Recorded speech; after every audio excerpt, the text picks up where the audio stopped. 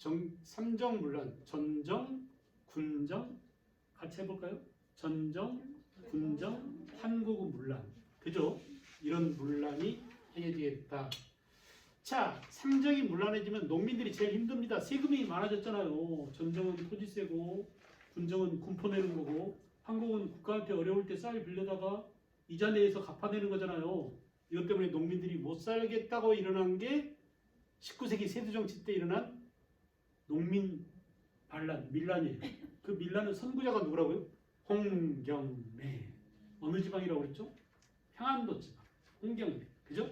그리고 임술 밀란은 어딥니까? 진주에서. 그죠? 임술 밀란을 계기로 해서 밀란이 전국적으로 확산됐다. 안으로 이런 일이 전개되고 있을 때 밖에서는 뭐 했느냐? 열강. 다른 말로 바꿔주세요. 이것도 열강 다른 말로 뭐라고? 제국주의. 외세 다른 말로 뭐라고? 제국주의. 구체적으로 제국주의는 누구라고? 미국, 영국, 독일, 러시아, 프랑스 이런 놈들이라고 그랬죠. 그죠? 이렇게 제국주의 열강의 아시아 침략으로 중국과 일본이 문을 열었다. 이미 우리보다 먼저. 중국은 1842년 아편전쟁 이후 맺은 무슨 조약? 난징 조약으로. 내가 지금 여러분들이 공부했나 안 했나 보려고 좀 한 거예요. 뭐라고 입으로 좀 해보세요. 난징 조약으로. 일본은 1854년. 우리보다 몇 년 빨랐어요? 우리가 1876년이니까 76에서 54를 빼보세요. 그러면 계산이 나옵니까? 22년 앞섰죠? 개항이 22년 앞섰어요. 그래서 늘 일본이 우리보다 22년 앞서가고 있었어요. 이 차이를 극복하지 못했어요. 근데 3년 전부터 극복했어 우리가. 일본보다 기술적으로 일본이 쪽수가 많잖아요. 그 인구가 1억 몇 천만인데 걔들이 본 총액과 우리 국민 4,500만이 번 돈 총액을 인구수로 나눠봤을 때 우리가 이겼어요. 알았어요? 우리가 이겼어요. 그러니까 그런 면에서 우리는 일본을 비로소 따라잡았는데 윤석열이 와가지고 지금 일본을 다시 뒤지고 있습니다. 다 뒤졌어요. 큰일이에요. 이게 큰일입니다. 그래서 일본하고 미국하고 영국하고 얘네들이 원래부터 한 통속이거든요. 이렇게 돌아가 버리면 우리는 폭망합니다. 다시. 나라 망하는 거 순식간입니다. IMF 때 겪어봤잖아요. 그래요 안 그래요? 순식간입니다. 그래서 정신 바짝 차리고 정신 바짝 차려야 됩니다. 우리가 지금 잘해야 됩니다. 우리가 잘해야 우리 다음 세대가 희망이 있고 2150년, 2130년 전성기를 맞이할 수 있는 겁니다. 그래서 지금 이렇게 열을 내고 있는 겁니다. 힘내자고요. 그때 우리나라에도 모양이 이상스러운 배 이런 뜻이에요. 이상할 이자, 모양 양자, 배선자입니다. 그러니까 우리가 봤을 때 우리가 봤던 전통적인 배가 아니라 모양이 이상스럽게 생겼거든요. 대포 달린 군함이죠. 이항선이 출몰했었고 그 이항선이 와서 우리한테 문 열어 장사 좀 하자 너네가 좀 뺏어 먹자 이렇게 우리 문을 녹하고 있었어요.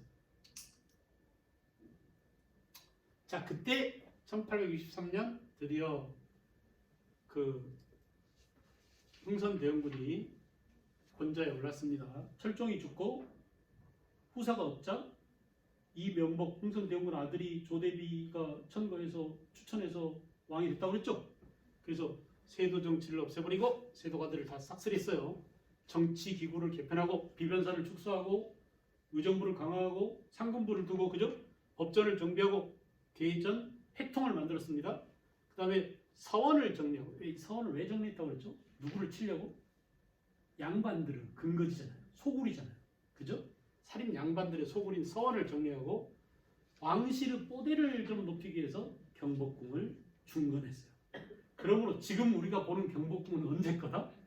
대영군 때 만들어진 겁니다. 아시겠죠? 그 전에 임진왜란 때 다 싹쓸이 돼가지고 완전 폐허였어요. 그 폐허 상태인 경복궁을 지금의 모습으로 만들어 놓은 것은 누구였다고? 흥선 대영군. 대영군이 이래저래 욕 제일 많이 먹고 특히 이 경복궁 중건을 하고 욕 많이 먹었어요.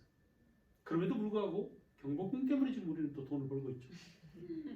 베르사유 궁전 짓느라고 나라 거덜낸 게 누구였다고요? 루이 14세였습니다. 그럼에도 불구하고 지금 베르사유 궁전은 사람들이 얼마나 많이 갑니까?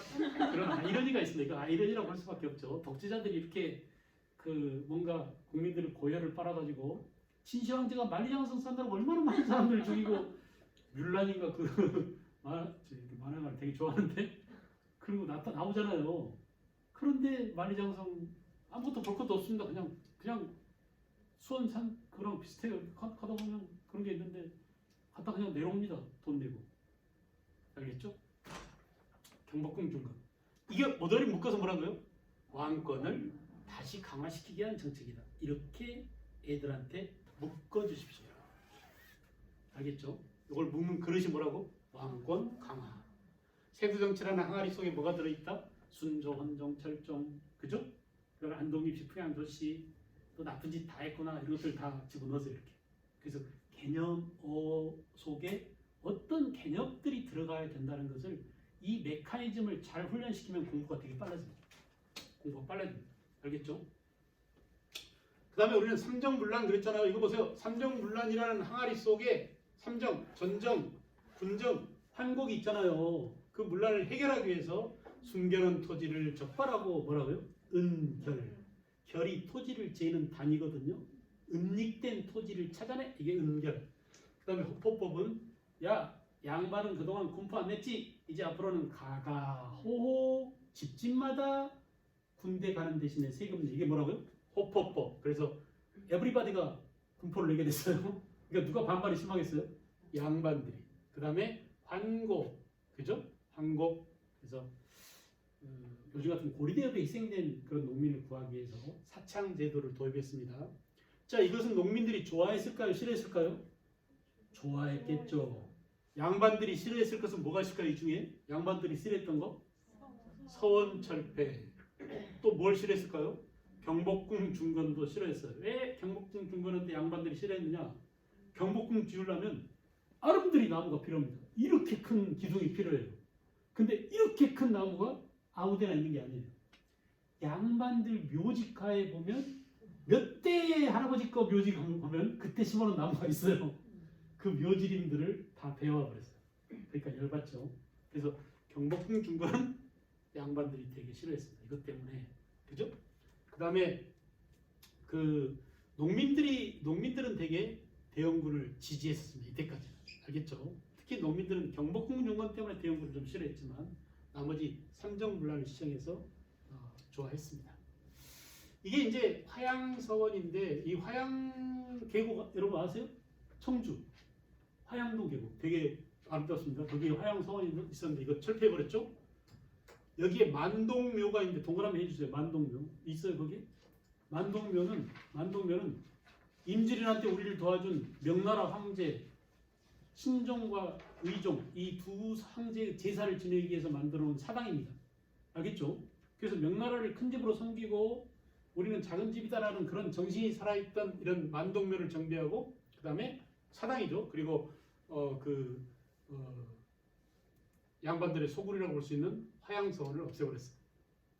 경복궁을 새로 중건한 그런 모습입니다. 평면도죠. 자, 그 다음 이제 세 번째로 자, 우리는 우리 내적인 문제를 받고 외부적으로 어때요? 서양 세력이 우리를 먹으려고 스멀스멀 쳐들어오고 있었다. 이향선이 나타났었다. 더구나 서양에서 들어온 새로운 사상, 종교, 천주교가 만연하고 있었다. 청나라는 이미 아펜너드 이후에 난징조약을 체결하고 특히 청나라에는 프랑스와 영국이 베이징을 공동으로 차지했는데 이 베이징 조약을 체결해서 강화조약을 체결해 준 대가로 러시아가 어디를 먹었다고요? 연해주를 여기다 줄 긋고 러시아 연해주 진출 이렇게 써놓죠. 우리는 그게 중요합니다. 러시아 놈들하고 국경을 맞대게 됐다. 베이징 조약으로. 그 다음에 일본은 1854년에 미일 화친 조약으로 일본을 문 열고 들어온 나라가 누구예요? 미국이죠. 그래서 미국과 일본이 화친 조약을 체결해서 우리보다 22년 문을 열고 들어왔다. 그런데 그 화친 조약 미국이 일본을 문 열어 제끼는 그 장면을 보니까 어디서 많이 본 장면이에요. 일본 놈들이 우리나라에 쳐들어올 때 지네들이 옛날에 당했던 그 방식을 그대로 써먹은 겁니다. 이 당시 미국 페리 제독이 일본에 군함을 끌고 와서 한포 사격을 가고 위협을 가합니다. 그리고 야 문 열어 문 안 열면 이런 군함들 수백 대 끌고 와서 너네 다 박살내버릴 거야. 이래가지고 겁줘가지고 결국 부들부들 떨는 일본 놈들 잡아다가 미르 하친족을 체결했어요. 그걸 그대로 모방해서 우리나라에 일본 놈들이 군함을 끌고 와가지고 강화도 초지진에 마구마구 대포를 쏴댔죠. 그 초지진에 지금도 가봤죠? 다 가봤을 겁니다. 안 가봤나요? 한번 가봅시다. 소나무가 이렇게 있는데 소나무에 대포 자국이 뻥 뚫려 있는 그 시멘트를 이렇게 메꿔놨어요. 소나무가 기울어져가지고 이렇게 쇠막대기로 붙여놨습니다. 이게 지금도 있어요. 그때 대포 맞은 소나무가. 그것을 우리가 뭐라고 하느냐? 건봇 디플로머시라고 해요. 건은 총이죠. 보트는 배죠. 그 총 달린 보트면 뭐예요? 포함이죠. 포함. 그래서 이걸 디플로머시는 외교니까 포함 외교라고 해요. 강대국이 약소국을 대포 달린 군함으로 끌고 가서 위협하고 강제로 조약을 체결하는, 불평등한 조약을 강제로 체결하는 이걸 뭐라고? 포함 외교라고 합니다. 건봇 디플로머시. 애들한테 이렇게 한마디씩 해주면 되게 좋아합니다. 못 들어본 소리거든요. 뭐라고요? 건봇 쉬워요, 어려워요? 되게 쉬운 영어예요. 건 총이지, 봇 배지, 디플로머시 이건 그 외교라고 하는 거야. 그래서 건봇 포함 외교, 포함 외교. 알겠죠? 자, 그런 청나라에서는 안 되겠다. 우리도 서양화에 힘쓰자. 이게 양무운동입니다. 아주 쉬워요. 한자를 알면. 우리도 서양을 본받자라는 게 양무운동이고, 일본은 아예 서양을 그대로 베껴서 일본을 싹 바꿔버리자. 이게 바로 뭐라고요? 메이지 유신입니다. 명치 유신 이렇게 한자로는 얘기하고, 일본 놈들은 뭐라고? 메이지 유신. 연대가 언제예요? 1868년입니다. 아시겠죠? 1868년에 일본은 메이지 유신을 단행했어요. 됐죠? 대영군 때 일본은 벌써 메이지 유신으로 근대화를 이뤘습니다. 일본만 근대화에 성공했어요. 이따 또 다시 보겠어요. 이게 서양이 보낸 일본 우리나라에 보낸 아까 뭐라고 얘기해? 건봇입니다. 이양선. 모양 이상하잖아요. 우리는 이런 데요. 황포도배 그러죠. 이거 부여 이런 데 가면 많이 떠 있어 지금도. 그래요, 그래요. 뱅방항 일대. 이게 전통적인 우리의 근대적인 배라면 얘네들이 이런 배를 가지고 와서 대포를 달고 박살을 냈습니다. 여러분 이양선 한 몇 차 맞겠지라고 생각하죠? 어마무시하게 많이 왔었어요. 이렇게 많은 놈들이 이렇게 나타나서 우리를 괴롭혔습니다.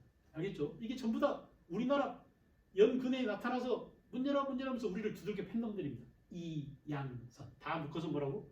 이양선. 아시겠죠? 이렇게 이양선. 제일 처음 온 이양선은 영국의 로드 아머스트라는 그런 배가 맨 먼저 왔었습니다. 자, 통상수교를 명분으로 야 문 열어 우리랑 장사 좀 하자 라고 했는데 대영군은 흥선대원군은 거부 정책을 펼쳤죠. 흥선대원군의 통상수교 거부 정책을 여러분들은 뭐라고 배웠나요? 무슨 정책? 쇄국 정책. 되게 어려운 말이잖아요. 봉쇄하다 할 때 닫아 걸다 할 때 쇄자입니다. 국 걸 때 나라 국자죠. 나라 문을 닫아 걸었다. 이게 바로 쇄국인데 이런 말 말고 뭐라고요? 지금은 통상수교 거부 정책 이렇게 바꿨습니다. 옛날에는 무슨 정책? 쇄국 정책이라고 하던 것을 그 과정에서 대영군은 문 못 열겠다고 하고 양놈들은 문을 열라고 하니까 충돌할 수밖에 없었죠. 그래서 먼저 쳐들어온 게 프랑스입니다.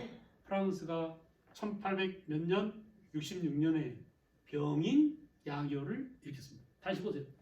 병인년에 프랑스 양키놈들이 소요를 일으켰다는 얘기예요. 우리가 어떤 사건의 이름을 보면 그 사건의 핵심적인 내용이 다 담겨 있다는 걸 알 수 있죠. 그래요, 안 그래요? 우리가 팩트 체크할 때 언제 어디서 누가 무엇을 어떻게 왜 그랬잖아요. 그 중에 중요한 것은 언제 병인년에 그게 몇 년이라고? 1860년. 옛날 사람들은 병인년 그럼 다 알았는데 우리는 1860년 이렇게 합니다. 그 다음에 양 누구라고요? 양키가 누구라고? 프랑스. 난리를 펼쳤구나. 어디서냐? 그거는 강화도입니다. 묶어서 강화도. 구체적으로 어디냐? 정족산성에서 무수산성에서 정족산성에서 사람을 물어봅니다. 양헌수. 이렇게 디테일하게 나옵니다. 이 부분은. 알겠죠? 문산성에서 한성근. 기억나세요? 이런 놈들이 아니죠. 막아낸 사람들이니까. 이런 분들이 그 프랑스랑 싸웠습니다. 근데 핵심적인 것은 우리나라의 외규장각. 규장각 이거 누가 만들었나요? 정조가 만들었죠. 정조가 궁궐에다가 만든 도서관이죠. 근데 이 규장각 궁궐에만 두지 않고 강화도에 또 하나 만들었어요. 거기다가 중요한 책들을 다 보관하는데 거기에 있는 우리의 도서, 특히 의궤, 의궤가 뭔지 알죠? 나라에서 무슨 중요한 행사 있을 때 전부 그림으로 다 그려놓은 거 아닙니까? 이걸 송두리째 가져가 버렸습니다. 누가요? 프랑스. 이걸 잘 물어요. 이게 뭔지라고? 그냥 인양이었대다. 언놈들이 훔쳐갔다고? 프랑스가. 이거 다시 돌려줬죠. 근데 완전히 준 게 아니라 대여해주는 형식을 띄었죠. 완전히 찾은 게 아닙니다 지금. 언젠간 찾아야 됩니다. 우리가 더 국력이 강해지고 우리가 더 힘이 세지고 야 BTS 공연 한번 해줄게. 이거 완전히 줄래? 이런 식으로 뭔가 딜을 할 줄 알아요. 내가 볼 땐 그렇게 국력이에요. 그게 힘입니다. 알겠죠? 힘이 세지면 늘 외교 관계는 변하는 것입니다. 자, 그래서 프랑스를 막아냈어요. 막아냈고 대원군은. 그런데 독일 놈들이 말이야. 특히 오페르트라고는 독일 상인이 결국은 1868년 야 대원군 저거 진짜 독한 놈이네. 문 안 열어? 칠의 아버지 시체를 무덤을 보고 그래가지고 시체를 인질로 삼아서 내 아버지 무덤 박살낼까 하고 갔는데 무덤을 까보니까 여기 그 당진 여기 있잖아요. 합덕 그쪽에 남영군 묘가 저 가봤는데 거기에 석회를 해가지고 도끼질해도 꽃게질해도 무덤이 안 열렸답니다. 그래서 시체 도굴에 실패했어요. 근데 아이가 자기 아버지 무덤을 파헤쳤다라고 하니까 대원군이 얼마나 열받겠어요. 그죠? 그래서 이렇게 국제적 시체 도굴 사건으로 큰 욕을 먹었습니다. 여기 미국도 관련돼 있었죠. 오페르트라는 독일 상인하고. 그 다음에 이제 1871년 미국이 제너럴 셔만호라는 미국 군함입니다. 미국 배. 들어보셨죠? 뭐라고요? 제너럴 셔만. 우리나라 군함도 다 장군들 이름 붙여놨어요. 세종대왕호도 있죠? 이종무호도 있죠? 충무공 이순신함도 있고 다 그래요. 이런 것처럼 미국도 제 나라 장군들 이름 붙여놓은 거예요. 제너럴 셔만. 셔만이라는 놈 이름을 딴 장군 옵니다. 아시겠죠? 어렵지 않아요. 사람 이름이에요. 셔만. 제너럴은 계급이고 제너럴 장군. 이순신 장군 이런 거랑 마찬가지죠. 제너럴 셔만호 사건을 구실로 이 제너럴 셔만호가 대동강을 거슬러 올라와서 야 문 열라고 대동강에 왔어요. 그 당시 대동강 을 지키던 평양 감사가 누구였냐면 박규수입니다. 들어보셨죠? 박지원이의 손자예요. 열아일기의 박지원의 손자입니다. 그 박규수가 가만히 보니까 이 자식들이 대동강 와서 난리를 꾸며 그래서 안 되겠다. 야 쟤들 물리쳐 해가지고는 결사대가 만들어져가지고 작은 배에다가 막 그 집단 중에 싣고 화약 염초 싣고 가서 부딪힙니다. 그래가지고 제너럴 셔만호를 박살냈어요. 대동강에 수장시킵니다. 그래서 일본이 그러니까 미국이 다른 나라에 쳐들어가서 별로 진 적이 없는데 우리나라에 와가지고 대동강에 제너럴 셔만호를 뺏겨버리고 개 박살난 적이 한 번 있었어요. 알겠죠? 이때 한 번 있었고요. 또 한 번 언제냐면 북한한테 푸에블로라는 배를 납치당합니다. 그리고 굴욕적으로 그걸 돌려받았어요. 그 배는 안 주고 사람만 돌려줬을 겁니다. 그게 1970년대가 있었습니다. 푸에블로 납치 사건. 그러니까 미국은 북한을 상대하는데 특히 한반도 북쪽에 있는 북한 놈들은 되게 미국한테 아픈 기억을 많이 줬어요. 그게 바로 뭐예요? 제너럴 셔만호 사건 때도 당했고 푸에블로 때도 당했고 도끼 만행 사건이라고 판문점에서 미군들을 북한 애들이 와가지고 미루나무를 이렇게 베고 있는데 도끼로 와서 찍어서 죽이는 사건이 있었습니다. 그래서 공포심이 있어요. 작지만 엄청난 놈들. 중국 애들도 고구려한테 공포심이 있었다고 그랬죠. 당태종 이 안시성을 쳐들어가다가 개박살 났잖아요. 수산화 때 을지문덕한테 살수대집에서 박살 났잖아요. 그러니까 중국도 우리나라한테 경험이 있는 겁니다. 작지만 저 새끼들 쳐들어가면 잘못 건드리면 뒤져 하면서 우리를 무서워하는 그런 게 있어요. 근데 미국하고 북한하고 지금 계속 줄다리기 하고 북한이 이틀 간격으로 지금 계속 미사일 쏴야 되는데 아무것도 할 수 있는 방법이 없습니다. 할 수 있는 방법 같이 미사일 못 쏘는 이상은 방법이 없어요. 그래서 북한이 지금 줄다리기를 신나게 하고 있습니다. 내가 볼 때 조만간에 일본하고 북한하고 뭔가 체결되지 않을까. 미국이 그것을 묵인해주지 않을까. 그럼 윤석열만 왕따 되지 않을까. 우리는 그동안 쌓았던 우리의 국격과 우리의 위상 이런 것들이 한 방에 무너져서 신라처럼 고립당할 수도 있어요.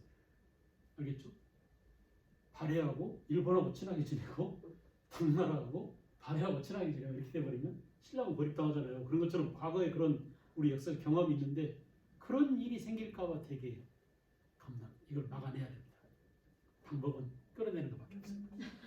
그러니까 빨리 뭔가 대책을 세워야지 가만 내버려두면 점점점 나빠집니다. 하루하루 나쁜 짓거리만 계속하고 있어요. 그러다 보니까 지금 무슨 일을 하고 있나요?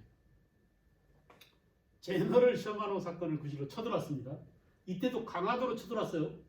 강화도 광성진, 광성보에서 여기 사람 하나 알아두세요. 오재연이 분전했습니다. 자기는 죽었지만은 이때 대장기를 빼앗겼죠. 숫자 달린 기 보셨어요? 강화도 가면 있습니다. 지금도. 미국 해병대가 뺏어가 버렸습니다. 우리나라 장수 깃발을. 그래서 그걸 다시 돌려줬어요. 그래서 아마 시한부로 돌려줬을 겁니다. 우리도 전시해놓게 하고 이렇게 해병대가 미국 해병대 갖고 있었습니다. 이때. 근데 이 신미양요 때도 조선 사람들이 그렇게 잘 싸울 줄 몰랐다라고 미국 놈들이 진해 해전사에다 적어놓을 정도로 잘 싸웠답니다. 지독한 놈들이 이렇게 적어놨어요. 다른 나라랑 많이 싸우고 미국이. 자, 어쨌든 이렇게 두 차례. 양요는 병인양요 누구라고요? 프랑스. 신미양요 누구라고요? 미국. 그래서 병인양요는 제일 특징적인 게 외교장각 의궤를 약탈당한 거. 그리고 신미양요는 제너럴 셔마노 사건을 구실로 오재연이 신미양요 때 미국 해병대를 격파했다라는 거. 여기 나와 있죠? 지도. 그래서 강화도 가보면 강화도는 좀 가볼 만합니다. 강화도 가면 선사시대 고인돌부터 시작해서 우리 현대사까지 모든 역사가 강화도라는 섬에 다 있습니다. 고려왕 궁궐도 있고요. 또 철종, 강화도령이었죠. 철종이 왕 되기 전에 강화도에 그 귀양가 있었잖아요. 그러다가 갑자기 헌종이 죽고 나니까 갑자기 철종이 왕이 됐죠. 느닷없이 강화도령이. 그런 그 강화도를 가볼 만한 그런 지역이에요. 그래서 이렇게 신미양요, 병인양요, 그리고 병인양요 때 양현수가 활약한 지역, 한성근이 활약한 지역 이렇게 나와 있습니다. 프랑스와 그 미국 해병대의 모습이죠. 흥선대원군의 모습입니다. 흥선대원군. 뭐 사람이 결국 시험에 출제될 일은 없겠지만 이 사람은 워낙 독특해서 이렇게 보여주기도 합니다. 너무나 유명한 그림이에요. 그 다음에 이제 이보다 더 시험에 잘 나오는 것은 이 글자입니다. 글자를 읽기는 힘들지만 보여줄 수 있어요. 양이. 서양 오랑캐 이자죠? 이거 무슨 자인가요? 침입할 때 침자입니다. 침범. 양이 침범. 비전즉화. 양이가 침범할 때 전쟁을 하지 않는 것은 즉 화해를 하는 것이고 화해하자고 주장하는 것은 나라를 팔아먹는 매점할 때 매자죠. 주화매국 이렇게 써놨어요. 전국 주요 읍에다가 다 이렇게 비석 돌에다 새겼습니다. 너네들 명심해. 절대 서양 놈들이 쳐들어왔을 때 그들하고 싸우지 말자고 하는 놈들은 화해를 주장하는 것인데 화해를 주장하는 것은 나라 팔아먹을 짓이야 라고 일명 무슨 정책이죠? 쇄국 정책을 딱 비석에 새겨서 못을 박았습니다.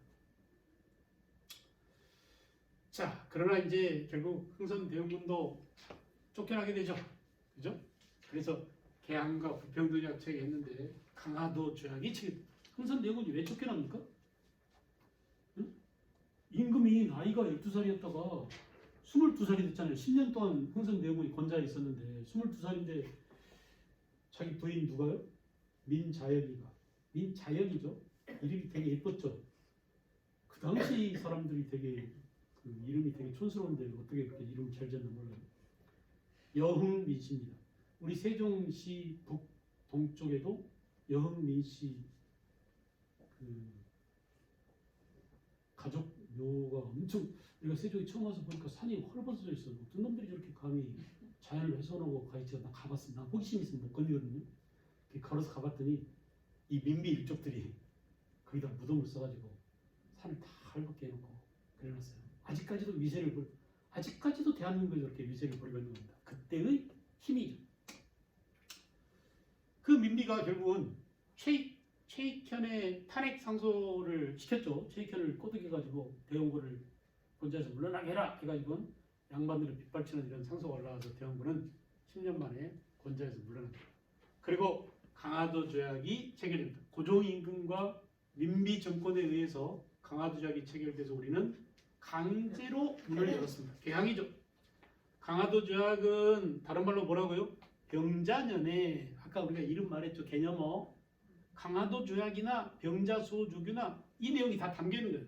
장소가 어디냐? 장소 중심으로 사건명을 정한 게 강화도 조약이죠. 그래요, 안 그래요? 강화도에서 맺었으니까 강화도 조약. 병자소조규는 뭐라고요? 언제 맺었냐를 따라서 병자년에 맺은 소조규다. 조규는 조약이랑 마찬가지입니다. 알겠죠? 그래서 1876년에 강화도에서 병자소조규를 맺었다. 자, 먼저 1년 전 운요 사건을 계기로 무슨 외교라고 그랬죠 아까? 포함 외교라고 그랬죠. 미국한테 당했던 그 방식을 그대로 일본이 모방해서 개항 1년 전에 먼저 와서 두들겨 팼어요. 포로. 그래서 최초로 근대적 조약이면서 불평조약을 체결했고 불평등 조약을 일본이 경제, 정치, 군사적 침략의 발판을 마련했고 일본이 이렇게 일단 문을 열어놓자 서양 여러 나라가 물밀듯이 아까 봤잖아요. 우리 지도를 둘러싸고 얼마나 많은 이항성이 나타났습니까? 걔네들이 이제 우죽 성격으로 막 들어오게 됩니다. 그래서 서양 여러 나라가 조약을 맺는 계기가 됐다. 최익현은 절대 개항하면 안 된다고 개항 반대 상소를 올렸는데 이걸 오불가소라고 합니다. 말로 한번 해보세요. 뭐라고요? 누구의 오불가소? 최익현. 그 오불가 이런 말이 나오면 최익현입니다. 역사적으로 한 번밖에 없어요. 이렇게 해서. 알겠죠? 개항 반대 상소를 올리고 지금 문을 열면 안 됩니다. 이미 양놈들을 모방한 일본은 양놈이나 마찬가지입니다. 이 말을 다른 말로 뭐라고? 외양 일체론을 주장했습니다. 누구라고요? 최익현. 시험에 잘 나오는 사람. 이 사람은 의병을 일으키기도 하고 나중에 의병 일으키다가 일본에 끌려가서 굶어 죽었죠. 최익현. 그죠? 그래서 이렇게 최익현은 아주 중요한 사람이에요. 강화도 조약 내용이 쫙 있습니다. 조선은 자주 나라이며 일본과 평등한 권리를 가진다. 또 이런 조항들이 있는데 특히 1조는 그동안 청과 조선 사이에 맺어진 주종 관계를 부정하기 위한 의도를 갖고 있습니다. 이거는 되게 고급 한국사 능력 검정 시간 이런 것들은 이것에 따르는 의도 이걸 묻습니다. 요 두 가지는 경제적 목적을 넘어서 정치 군사적 거점을 확보하기 위해서 인천 또 원산 그리고 부산 세 항구를 열었다라는 거. 자, 조선 정부는 부산과 제5관에 제시하는 두 항구 순서대로 부산은 76년에 열었고 그 뒤에 인천, 원산 이런 순서로 여는데 문제는 뭐냐? 부산은 경제 목적이고 목적이 달라요. 원하는 의도가 다릅니다. 항구. 그 다음에 인천은 서울과 가까우니까 정치적으로 필요했고 그 다음에 원산은 러시아를 막아내기 위한 무슨 의도? 군사적 목적에서 일본한테 필요했던 항구라고 볼 수 있죠. 이렇게 해서 세 항구를 요구했어요. 기타 이제 조선 연해에 있는 섬과 암초는 극히 위험하므로 지네들끼리 왜 위험해? 우리 이수지는 잘 다니기만 했는데 일본국 항해자가 자유롭게 해안을 측량하도록 허가한다. 쟤네들이 우리나라 배를 측량, 우리 영토 주권을 침해한 거죠. 주권을 침해한 그런 내용이에요. 그래서 이렇게 우리의 주권을 침해한 불평등한 내용이었다. 그죠? 그 다음에 양국 국민 각자 임의에 따라서 무역을 하며 양국 관리는 조금도 이에 관여하거나 금지 또는 제한하지 못한다. 일본 상인들이 마음대로 장사를 할 수 있도록 보장해주고 그 다음에 일본국 인민이 조선국 항구에서 죄를 지었거나 조선국 인민에게 관계되는 사건은 모두 우리나라가 재판하지 않고 일본 놈들이 재판하도록 한다. 이게 바로 그 유명한 시외법권이라고 합니다. 또는 영사재판권이라고 합니다. 이것도 뭐예요? 불평등한 내용.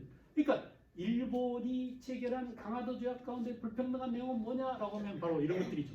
그죠? 이런 내용들. 그래서 약탈적 무역 활동을 가능케 했던 시혜복과를 보장해준 그런 내용이었다. 그 다음에 이제 강화도 조약 말고 강화도 조약 부록도 있고 또 장사 목적의 통상 장정이 있는데 소주 그 부록에는 일본 화폐를 사용할 수 있다 이런 내용들이 있죠. 그죠? 또 일본 항구에 머무르는 일본인은 쌀과 잡곡을 마음대로 수출할 수 있다. 우리나라에서 물자를 마음대로 꺼내갈 수 있게 한 겁니다. 일본국 소속의 선박은 세금도 내지 않으며 수출입 상품에도 관세를 부과하죠. 무관세의 그런 그 특권을 주었습니다. 그래서 이렇게 예. 일본과 조약을 체결한 이후에 그 다음에는 서양 여러 나라하고도 조약이 체결되더라. 다음에 또 좀 해야 되겠군요. 여기부터는 여기까지 할까요? 시간이 너무 빨리 와가지고 따라가기 그겁니다. 집에서 좀 여러분들이 봐오시면 더 신나게 할 수 있으니까 일제시대는 좀 완벽하게 앞으로 5강씩 올라갈 겁니다. 한 주에 5강씩. 별로 부담했죠. 이번 주에 너무 많았어요. 사실은 경제, 사회를 빼버리고 가다가 교재하고 강의가 있는데 그걸 빼면은 너무 안타깝잖아요. 그래서 퍼즐 맞추려면 다 맞춰놔야 안심이 된다는 생각하에서 드렸으니까 좀 빡세더라도 이번에 좀 잘 하셔서 여러분들이 좋은 역사의식을 가지고 좋은 역사를 만들어 나갈 수 있는 주인공이 되시길 바랍니다. 수고했습니다.